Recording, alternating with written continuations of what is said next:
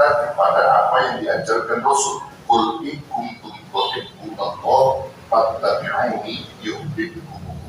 Ini sebagai bentuk yang perintah dari Allah. Katakan wahai Nabi Muhammad kepada umat kalian, pada umat katakan, jika kau mencintai Allah maka ikuti aku. Niscaya Allah akan cinta kepada kalian. Maksudnya kita mengikuti apa yang diajarkan Rasul.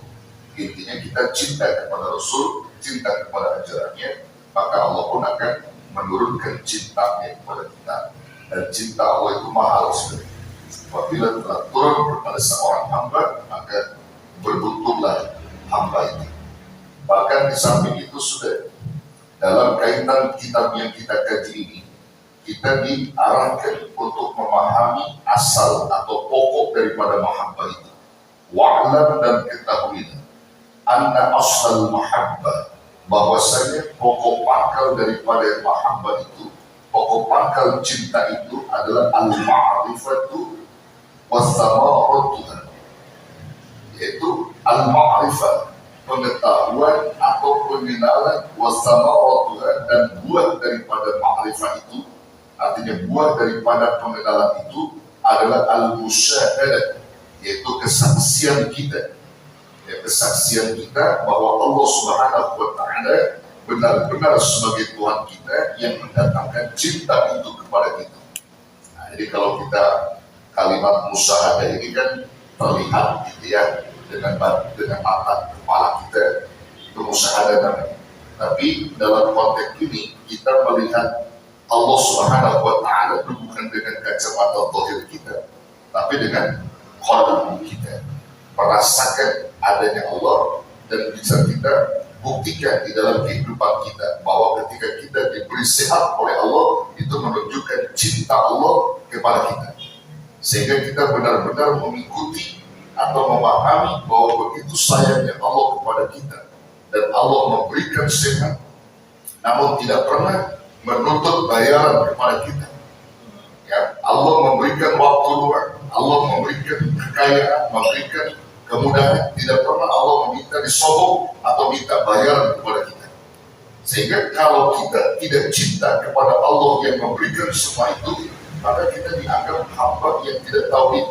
Karena Allah sudah memberikan segalanya kepada kita untuk bisa menghubungkan batin seorang hamba kepada Rabbnya. Allah berikan sehat, berikan kesempatan, berikan waktu luang, berikan rezeki, berikan semua, diberikan kemudahan sama Allah. Itu tujuannya agar manusia itu mengerti semua itu diberikan oleh Allah, ya, diberikan oleh Allah Sang Pencipta. Nah, ini bahasa al-musyahadah. Jadi bukan karena zahir mata kita ini, tetapi qalbu kita merasakan adanya Allah.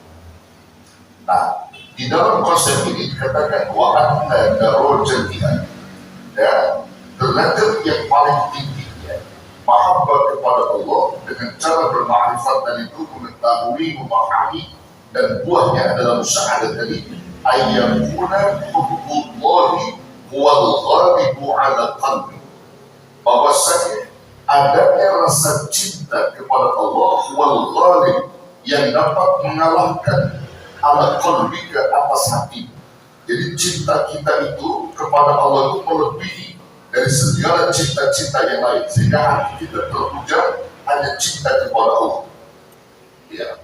Wa mihaqqun sidqi fil dzalik, dan juga dapat menyatukan, ya, dapat menyatukan daripada kebenaran hal yang demikian, yang benar-benar kita menjelaskan di dalam hati kita ini bahwasanya Allah Subhanahu wa Ta'ala memberikan yang terbaiknya kepada kita. Allah tujiba ahabbal khalqi ilaika idza da'aka ila ma yakuna sakhatullah fi fi'lihi kal ma'asi aw fi tarkihi kat ta'at. Ya, bahwasanya kebenaran yang dimaksud itu adalah Allah tujiba ahabbal khalqi ilaika, tidaklah engkau menjawab cinta makhluk yang datang kepadamu idza da'aka ila ma yakuna sakhatullah min fi'lihi, yang apabila si makhluk atau manusia yang kita cintai itu mengajak kita kepada murka Allah, di dalam melakukan kal-ma'asi seperti kemaksiatan, atau bitarkihi ta'at, atau menyuruh kita sang kekasih yang kita cintai dalam hal ini adalah manusia, ya, untuk meninggalkan taat, maka tidak perlu kita jawab itu, karena cinta kita kepada Allah lebih tinggi daripada cinta kita kepada makhluk itu. Contohnya apa? Kepada istri kan, ya, istri kan makhluk tuh manusia, karena dia mendampingi hidup kita. Jangan sampai kalah cinta kita kepada Allah dengan istri kita. Maksudnya apa? Maksudnya begini, kalau antum mencintai istri, kalau sang kekasihmu yang namanya istri menyuruh kamu, mengajak kamu untuk melakukan maksiat, maka wajib kamu tolak. Atau kamu meninggalkan taat, wajib kamu tolak, karena Allah tidak menyuruh itu. Ya. Contoh misalnya, kata bini kita begini, Pak, lu dari dulu gajian lu cuma 3 juta lu tiap bulan, tetangga lu gajinya udah 20 juta, 15 juta, bagaimana sih Pak? Di kantor lu korupsi kayak apa kayak begitu kira-kira. Ada nggak dorongan begitu? Bini yang begitu ada nggak? Bini yang begitu ada nggak? Bini siapa? Bini lu. Jadi nggak bersyukur akan nikmat yang Allah kasih, sehingga lakinya didorong sama dia, ambil Bang, bagaimana caranya ngerampok uang negara, bagaimana caranya nipu orang begitu, biar duit kita banyak. Hati-hati. Kalau kita ngaku cinta kepada Allah, maka hilangkan ajakan istri kita itu. Bahkan sampaikan kepada dia, memang kamu adalah istri Bapak. Bapak cinta kepada kamu, namun tidak pernah mengalahkan cinta Bapak ini kepada Allah. Cinta Bapak kepada Allah lebih tinggi daripada cintaku kepada kamu. Kalau kamu menyuruh sesuatu yang menyimpang dari Allah, itu dulu. Lebih baik kau tinggalkan Bapak daripada apa-apa ditinggalkan Allah Subhanahu wa Ta'ala. Itu baru laki yang benar. Ada laki yang benar? Insya Allah.